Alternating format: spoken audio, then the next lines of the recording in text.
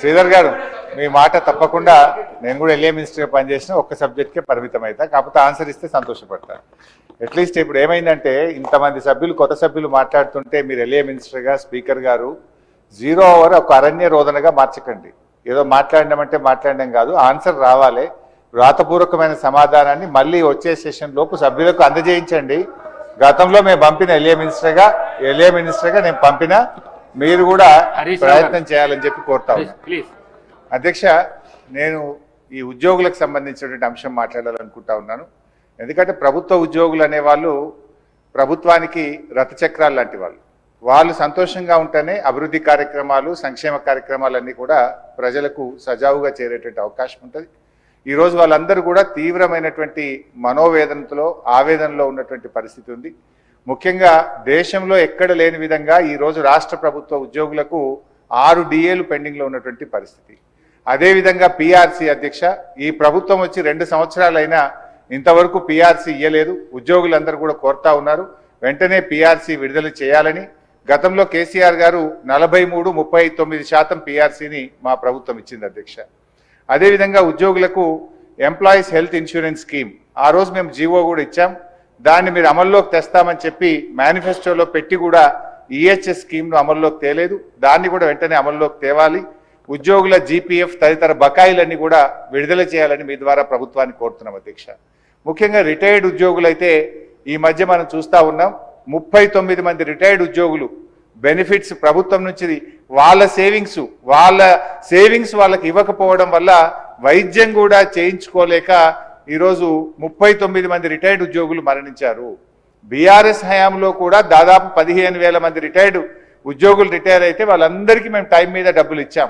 కానీ కాంగ్రెస్ హయాంలో, ఎందుకంటే ఈరోజు నేను అసెంబ్లీకి వస్తూ ఉంటే పొద్దున్నే నా సిద్దిపేటలో ఒక డాక్టర్ జగత్ Kumar Reddy retired JD veterinary పొద్దున్నే నా దగ్గరికి వచ్చి, అన్నా కొద్దిగా అసెంబ్లీలో మాట్లాడు, నేను అక్టోబర్ 2024లో రిటైర్ అయినా, ఇంతవరకు ₹1 రాలేదు. హైకోర్టుకు పోయి ఆర్డర్ తెచ్చుకున్నా, అయినా రాలేదు.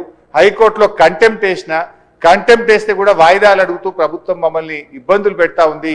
మా రిటైర్డ్ ఉద్యోగుల పెన్షన్ బెనిఫిట్లు ఇప్పించండి, చావు బతుకుల్లో ఉన్నటువంటి మమ్మల్ని కాపాడండి. 30-35 ఏళ్ళు ప్రభుత్వానికి సేవ చేసినటువంటి రిటైర్డ్ ఉద్యోగులను ఈ రకంగా వేధించడం ప్రభుత్వానికి తగదు, దయచేసి ప్రభుత్వం దృష్టికి తీసుకుపోండి అని చెప్పి పొద్దున్నే నా ఇంటికి 7 గంటలకే వచ్చి కూర్చున్నాడు సార్.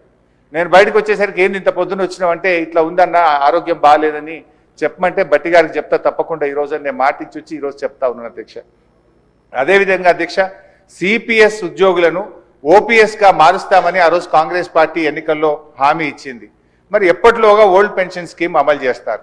మరి ఈలోపు గత 2 సంవత్సరాల నుంచి CPS కింద రాష్ట్ర ప్రభుత్వం కట్టాల్సిన కాంట్రిబ్యూషన్ డబ్బులను కూడా మీరు కట్టకుండా దాన్ని దారి మళ్లిస్తా ఉన్నారు.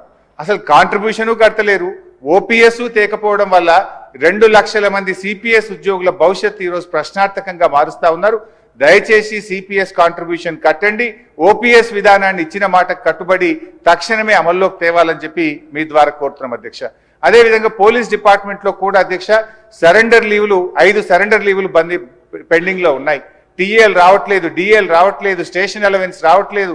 మొన్న ఒక జూబ్లీ హిల్స్ ఎలక్షన్ ఉంటే యూసఫ్ కూడా బటాలియన్ మాత్రం సరెండర్ లీవులు TA DL ఇచ్చిండ్రు. రాష్ట్రంలో 1,00,000 మంది పోలీసులకు సరెండర్ లీవులు TAలు DAలు రాక ఇబ్బందులు పడతా ఉన్నారు. దయచేసి పోలీసులను కూడా ఆదుకోవాలని, గతంలో నేను ఫైనాన్స్ మినిస్టర్గా ఉన్నప్పుడు ఎప్పటికప్పుడు సరెండర్ లీవులు TA DAలు ఇచ్చాం. ఈ ప్రభుత్వం వచ్చిన 2 సంవత్సరాల నుంచి పెండింగ్లో ఉన్నాయి కనుక వాటిని విడుదల చేయండి. ఇలా పోలీసులు కూడా తీవ్రమైనటువంటి ఆవేదనలో ఉన్నారు. పోలీసులకు ఉండే ఆరోగ్య భద్రత స్కీమ్ కూడా బంద్ చేసిండ్రు. మీరు ₹1,00,000కే పరిమితం చేసిండ్రు. పోలీస్ కానిస్టేబుల్ చాలా ఇబ్బంది పడతా ఉన్నారు. ఆరోగ్య భద్రతను పునరుద్ధరించండి, గతంలో మాదిరిగా కార్పొరేట్ వైద్యం పోలీసులకు అందించాలని చెప్పి కోరుతూ కాంగ్రెస్ పార్టీ ఎన్నికల మేనిఫెస్టోలో తక్షణమే మేము ఉద్యోగులకు PRC ఇస్తాము, పెండింగ్ DAలు ఇస్తాము, బకాయిలు ఇస్తాము, OPS తెస్తామని మాట ఇచ్చి ఈరోజు కాంగ్రెస్ పార్టీ 2 ఏళ్లైనా అమలు చేయకుండా మోసం చేస్తా ఉంది. జరిగిన అన్యాయం ఇప్పటికే చాలా జరిగింది. తక్షణమే ఇప్పటికైనా ఉద్యోగులకు, రిటైర్డ్ ఉద్యోగులకు, పోలీసులకు ఇచ్చిన హామీకి కట్టుబడి మేలు చేయండి అని చెప్పి మీ ద్వారా ఆర్థిక మంత్రి డిప్యూటీ సీఎం గారిని నేను కోరుతా ఉన్నా అధ్యక్ష. ప్రస్తావన చేసిన అంశాలన్నిటిని కూడా నోట్ చేసుకున్నాం అధ్యక్ష. కానీ సభ దృష్టికి కొన్ని విషయాలు.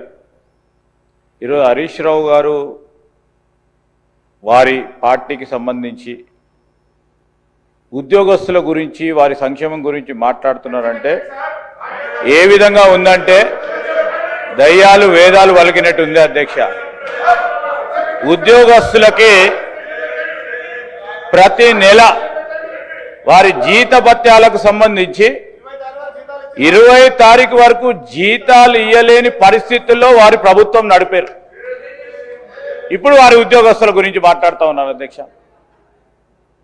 ఏదేమైనప్పటికీ ఉద్యోగస్తులకు సంబంధించిన సంక్షేమం, వారికి రావాల్సిన జీపీఎఫ్ కానీ, రిటైర్ అయిన పబ్లిక్ సర్వెంట్స్ సంబంధించిన అంశం విషయంలో ఒక సిస్టమ్ని ఏర్పాటు చేసుకొని వారికి ఏ విధమైన ఇబ్బంది రాకుండా అన్ని విధమైన చర్యలు తీసుకుంటామని గౌరవ సభ్యులకు తెలియజేస్తా ఉన్నాను.